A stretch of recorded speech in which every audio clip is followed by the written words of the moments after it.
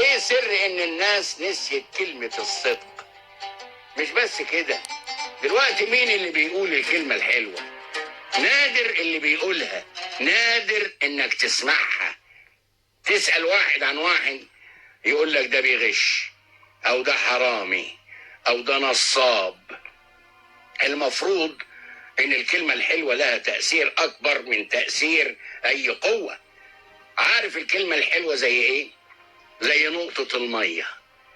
لو رحنا لصخرة ضخمة وضربناها بالمدافع الرشاشة، الطلقة هتخدش الصخرة لكن مش هتقدر تخرمها.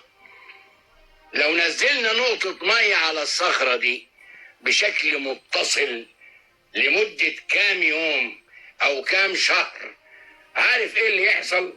الصخرة هتتخرم. يبقى المية أقوى ولا الرصاصة؟ المية أقوى، والكلمة الحلوة أقوى. كلمة التشجيع مطلوبة في المدرسة وفي البيت وفي النادي وفي الشغل وفي اللعب. من غير تشجيع الناس تقف مكانها، ما تتقدمش. حتى أكبر مغني أو أكبر فنان إن ما لقاش تشجيع ما يقولش، ما يشتغلش بنفس، ما يشتغلش بهمة. الكلمة الحلوة ممكن تمسح متاعب الإنسان وتخليه يستمر في حياته بشكل أرقى وأجمل.